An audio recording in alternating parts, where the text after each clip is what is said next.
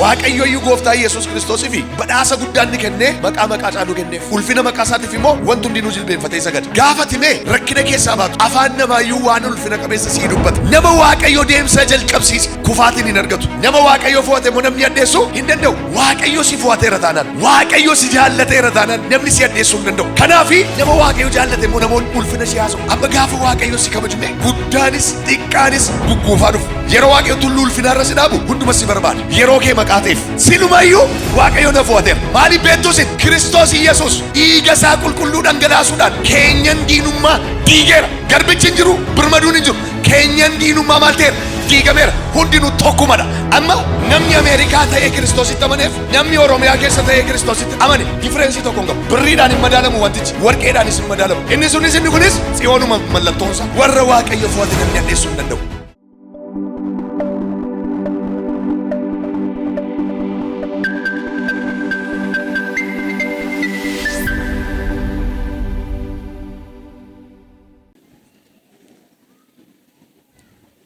Iddoo tokko dubbifannaa mee macaafa faarfannaa faarsaa 87 baafannaa faarsaa 87 lakkoofsa tokko kaasnee guutummaa masaa dubbifannaa amma lakkoofsa 7tti faarsaa 87 jajata Yerusaalem faarfannaa ilmaan Qoraayii kun nan dubbisaa. Mandarri waaqayyo hundee ishee kaa'ee tulloota qulqullaa'oo gubbaa hin dhaabbatti. Waaqayyo iddoo buufata Yaaqoob hundumaa caalaa mandara Tsiyoon karra ishee wajjin in jaallataa. Ya mandara waaqayyoo wanti ulfinne qabeessi waa'ee keef hin dubbatamaa. Rahaab Gibxii fi Baabiloon warra ana beekanitti nan lakka'a. Ilaa warri Filistiyaa, warri Xiiroos, warri Itoophiyaas akka warra achitti dhalatanitti hin fudhatamu jedha. Waa'ee Tsiyooniifis namni kun namni sunis ishee keessatti hin dhalate. Abbaa inni hundumaa gararraa jirus jabeessee ishee dhaabeera hin jedhama. Waaqayyo maqaa saba lafarraa yeroo caafus warri kun achitti dhalatan hin jedha. Warri faarfatanii fi warri weeddisaa naanna'an wanti hundinuu si biraa anaaf hin burqa jedhanii wal jalaa hin qabu. Ameen. Akkana jedheen sitti dubbadha ganama kana xiqqoo ishee daqiiqaa lamaaf. Wanti ulfine qabeessi waa'ee keef hin dubbatamu. Salphina hin jenne, qaanii hin jenne, yeelloo hin jenneen. Wanti ulfina qabeessi afaan diinaa keessaas afaan fira kee keessaas har'aa kaasee hin dubbatamu. Namoonni waa'ee kee gaafa dubbatan waan ulfina qabeessa dubbachuu jalqabu. Waaqayyo moo takkas jedha nama kabajaan si taasisaa jedha. Nama ulfinaan si taasisaa siin jedha. Lakkoofsa 3 irra deebi'een dubbisaa.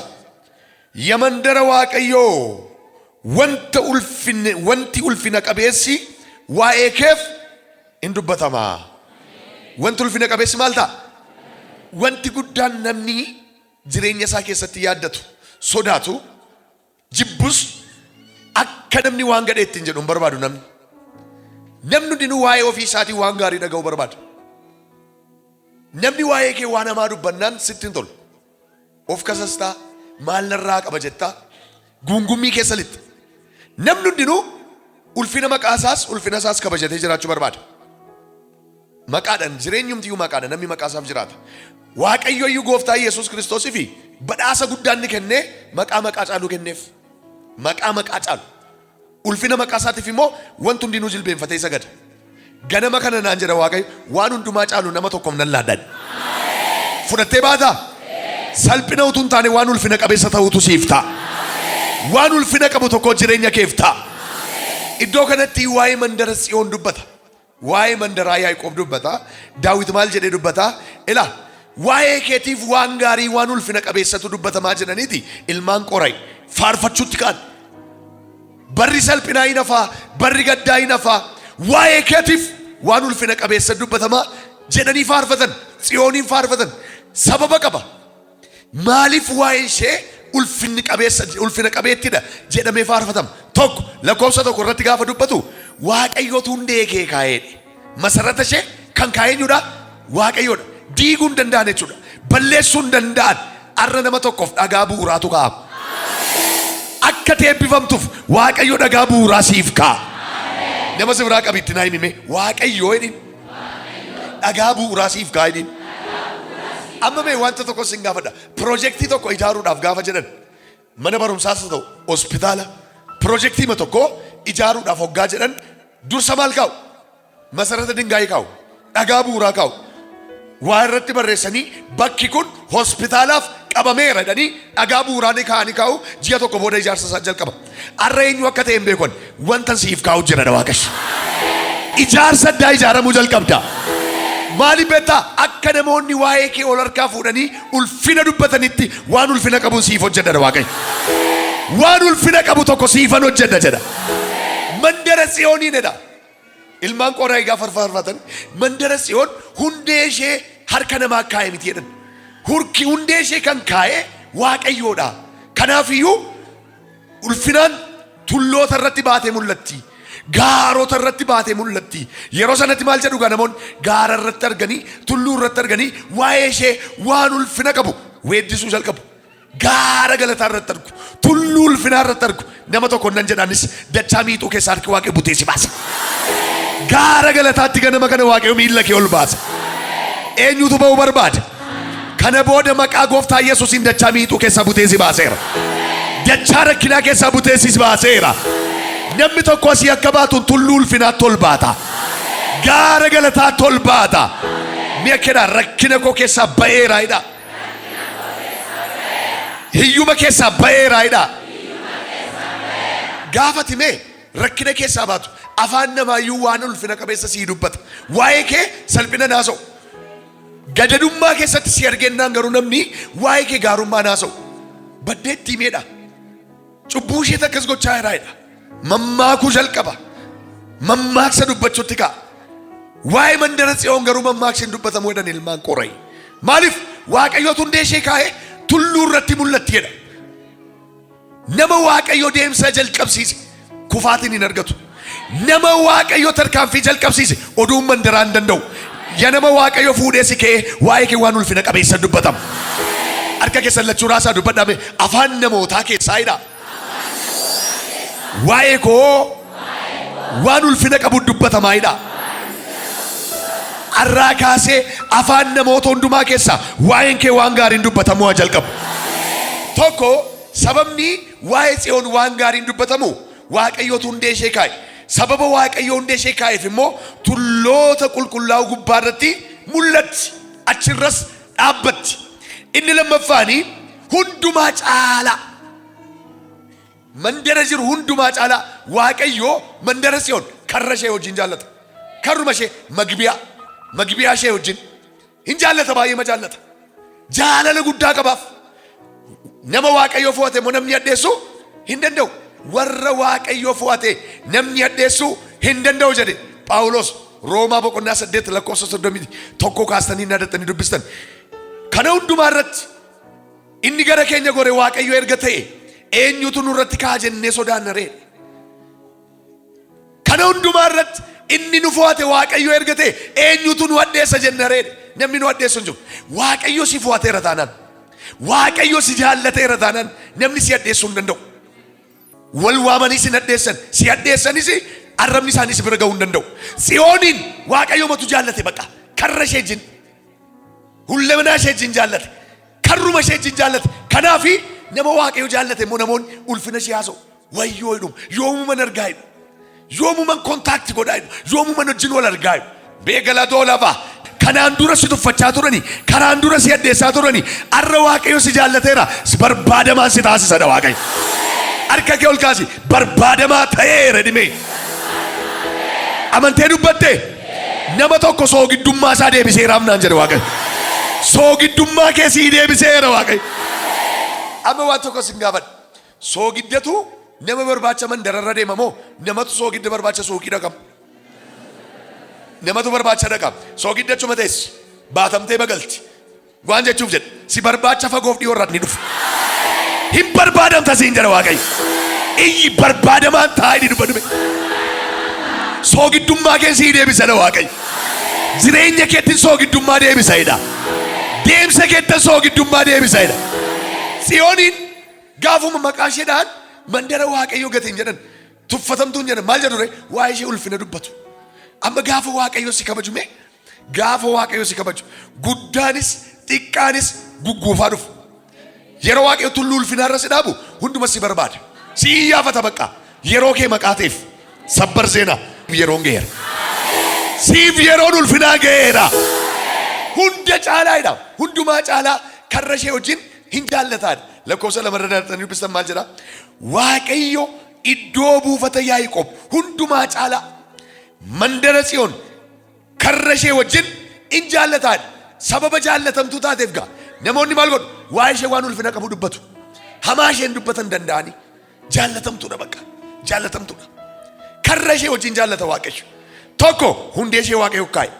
Lama waaqayyo hundumaa caalaa hin jaallata mandaratti. Hin jaallata. Amma maaliif jaallata beektu waaqayyo mandaratti? Mandarri Tsiyoon kan Israa'elootaa qofa miti. Mandarri Tsiyoon kan ijoollee Yaaqoob qofas miti. Mandarri Tsiyoon kan nama amanee hundumaati. Waan guddaa natti immoo natti tolu iddoo kanatti mul'ata keessatti dhufee Yohaannis waa'ee kana hiikee barreesse. Ati qalamtee afaan hundumaa keessaa gosa hundumaa keessaa saba hundumaa keessaa dhiiga keetiin waaqayyoof namoota bitte isaanis lubootaaf mootota akka isaan ta'an taasifte jedha. Saba hundumaa keessaa gosa hundumaa keessaa afaan dubbatamu hundumaa keessaa qomoo hundumaa keessaa waaqayyoof namoota bittee jedha. Lakkoofsa 3 irraa kaastanii naadatanii dubbistanii maal jedha? Yamandara waaqayyoo wanti ulfinni qabeessi waa'ee keef hin dubbatame erga jedhee booda Rahaab Gibxii fi Baabiloon warra ana beekan ittiin lakkaa'amoodha. Ilaa warri Filistiyaa, warri Xiiroos, warri Itoophiyaas akka waan achitti dhalataniitti fudhatamoodha. Eessatti? Tsiyoon keessatti. Oromiyaa keetti dhaladhe zeeginnatii koo gaafa laalu waaqayyo garuu mucaa Tsiyoon naan jedha. Oromiyaa makeetti dhaladheen zeeginnatii Tsiyoon qaban. Diika ta'uu yaabaa sadiyaa. Wallaggaatti dhaladhe zeegaan koo garuu Tsiyoon jedha. Jireenya bara baraa qaban. Maqaa gooftaa Yesuusin zeeginnatii waaqarraa qabdan. Iyyi dubbadhume an zeeginnatii waaqarraa qabaa hidhi. Mucaa waaqayyoo ta'eeraa hidhi. Ilaa Gibxittis dhaladhe, Baabiloonittis dhaladhe, Filistiyaattis dhaladhe, Itoophiyaa keessattis dhaladhe. Achitti dhalatte siin jedha waaqayyo. Eessatti? Tsiyoon keessatti. Adda kee irratti caafamee jiraachuudhaaf. Dinqi kono. Silumayyuu waaqayyo na fo'ateera. Eenyu akka ta'e hin beeku. Kakuu keetiin baatee mul'atta. Harka kee ol kaasi. Ani mucaa waaqayyooti jedhime. Tokko. Dhugaadhaati mucaa waaqayyoo taateeta. Irra deebiin dubbisa lakkoofsa 4 kanadha. Rahaab Gibxi yookiin immoo Gibxidhaash. Gibxii fi Baabiloonis warra ana beekan itti lakkaa'amu. Ilaa warri Filistiyaa, warri Xiiroos, warri Itoophiyaas akka waan achitti dhalataniitti fudhatamoodha. Eessatti? Tsiyoon keessatti. Kanaaf amma nuni Yerusaalem mana koo galgalaa. Eessatti dhalanne? Oromiyaa keessatti. Dafii kottuu asitti dhalanne chaappaan nurra jiru garuu dhiiga Yesuus. Magatoo dadaadha. Kanaaf namoonni nu addeessuu hin danda'an. Nu ammeessuu hin danda'an. Yoo haasaan waa'ee keenya ulfina haasa'uu qabu. Nu addeessanis hadheessaan isaanii nu biran ga'u. Waaqayyo matu akka waan nun achitti dhalannetti nu fudhatee jira bakka. As Oromiyaatti dhaladhe garuu eessatti dhalatee naan jira waaqayyo. Achitti dhalateedha. Nan beeku asitti. Atasitti na beektaa waaqayyo garuu achitti na fudhata. Kaasi waan tokkoon jedha mandara si tuffatte keessaa butee si baase. Mandara si jibbite keessaa baateettati. Iyya kennime caalee mul'ata miilanaa hidhi. Tokko. Ilaa kan nama dhibu yeroo define godhu ittumaa dabalanii gaafa faarfatan maal jedhan lakkoofsa 5 irratti. Waa'ee Tsiyooniifis namni kun namni sunis namni kun namni sunis ishee keessatti dhalate. Inni kaabaas inni kibbaas ilala Afrikaatti dhalata akkuma waan Tsiyoonitti dhalatetti immoo lakkaa'amaaf. Inni sunis inni kunis inni fagoos inni dhiyoos maaliif beektuusin? Kiristoos Yesuus dhiiga isaa qulqulluu dhangalaasuudhaan keenyan diinummaa diigeera. Fageenyi hin jiru, Giriikiin hin jiru, Roomaan hin jiru, hundinuu ijoollee waaqayyooti. Egaa si'achi garbis hin jiru, birmaduun hin jiru, dhiirri hin jiru, dubartiin hin jiru, Giriikiin hin jiru, Roomaan hin jiru, Garbichi hin jiru, birmaduun hin jiru. Keenyan diinummaa maal ta'eera? Diigameera. Hundinuu tokkumadha. Ol kaasii harka kee Oromiyaattis dhaladhu, Ameerikaattis dhaladhu, ati mucaa waaqayyoo taatetti. Madiilaadoo yaaba galateeffadhaame dubbii kanaaf. Keenyan diinummaa diigameera. Kanaafiyyuu inni kunis akka waan achitti dhalateetti fudhatama. Amma namni Ameerikaa ta'ee Kiristoositti amaneef namni Oromiyaa keessa ta'ee Kiristoositti dhalate amane differensii tokko hin qabu. Birriidhaan hin madaalamu wantichi, warqeedhaanis hin madaalamu. Inni kunis tsiyoonuma mallattoonsa paakata dadadada. Israa'el keessattis dhaladhu, achi goda sanattis dhaladhu. Waamichi keessa zeeginnatiin kee kaardiin viizaan kee mucaa tsiyoon Yerusaalemitti sagalu. Ameen ameen. Ol kaasii waan jechuu barbaade arragaa waa'ee kee ulfina dubbatama. Nama si biraa harkaan qabime afaanni salphina kee dubbachaa ture jedhiin. Cufameera jedhiin. Dabalitti nami afaanni hammina kee dubbachaa ture jedhiin. Luugamni itti godhameera jedhiin. Haddeessituu kee adree biyyaa baaseera. Akkasidhaan an baay'ee manatti tola wangeelli kun ilaa dhaggeeffadhaa irra deemeen dubbisaa. Waa'ee Tsiyooniif namni sunis ishee keessatti dhalate abbaa inni hundumaa gararraa jirus jabeessee ishee dhaabeera hin jedhama. Erga jedhame booda waaqayyo maqaa saba lafarraa yeroo caafus ilaa maqaa saba lafarraa maayidoo namoonni gaafa dhufanii amananii maqaa koos nana madaa cubbuu dhiiseera biyya lafaa dhiiseera sitti amaneera dhiiqina qulqulleessi galmee jireenya bara baraa irratti maqaa koo barreessi jenna miti namootaan.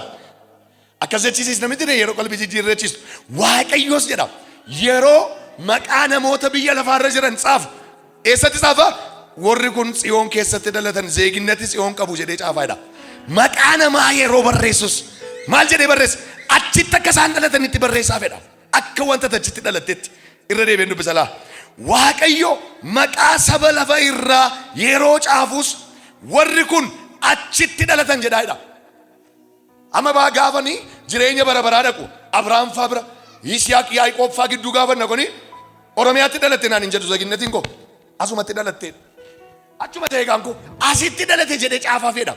Sakaabaa sakibbaa naan barreessu naaf waaqayyo isa achi geeman akkuma namachi dhalatee achitti dhalatee ta'a. Bulchuus filatamuus nan danda'a jechuudha. Mirgan qaba bakka. Amma namoonni baay'een Obaamaan faa ka'umsi isaanii Afrikaa keessaa Ameerikaa bulchaniiru. Kamalaan isheen Haris kaameraa isheen amma filatamuuf jettus iddi ishee hundeen ishees Afrikaa keessa Ameerikaa keessatti garuu mirga qabdi pirezidentii ta'uudhaaf. Maanni gaa akka waan achitti dhalatteetti lakkaa'amaaf. Zeeginnati qabaannaan ati akka waan achitti dhalatteetti bulchuus shuratiis geggeessuu dandeessa jechuudha. Kaafadha waan siin jechaa jira. Kana booda maqaan kee galmee jireenyaa irratti barreeffama. Iyyaa dubbadhamee maqaan koo'edha. Galmee jireenyaa irratti barreeffamee jira. Kanaafiyyuu namni na hadheessuu hin danda'uudha. Hadheessituun nan dandeessuudha. Nan xumura arraa kaasee waa'een kee waan gaarii na dubbatamu. Bal'ifadhu harka kee. Arraa kaasee afaan ormaa keessaas, afaan obboleessaa keessaas, afaan firaa keessaas, afaan diinaa keessaas waa'een kee wanti ulfina qabeessi haa dubbatamu. Waa'een kee wanti gaarii na dubbatamu yee. Galateeffadhu bakka waa'ee kee wanta gaariitu ta'a. Warra waaqayyo fuute namni hadheessuu hin danda'u. Kaadhaa badhaamiin kadhanna. Haleluuyaa. Wanta ulfina qabu naaf taachaa kaa. Haleluuyaa.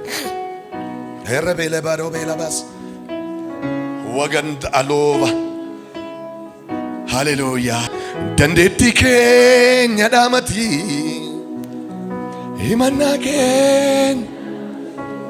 Raasa harka keessan ga'umsa keenya dhaamati. Humna keenya dhaamati. Dandeettii keenya. Himannaa keenya dhaamati. Ga'umsa kee la atoshepa adola ganda apas. Haravaya babababam. Halalalalalalalala. Harka lachuu raasa. Wanti salphina kee dubbachaa ture kan lafa dhiyaa ta'u. Halabaayuu paagandoo. Jawween eebba kee nyaachaa ture kan waraaname haa ta'u. Jawween kakuu kee nyaachaa ture kan waraaname haa ta'u. ila wanti eebba kee qabee ture sa'aatii kanaa kaasee gadhiisee deema. Arrabni hamaa kee dubbachaa ture arraa kaasee illuu gamama. Waan haaraatu siif ta'a. Eebba haaraan mana kee seena. Wookaa tooraa diilava.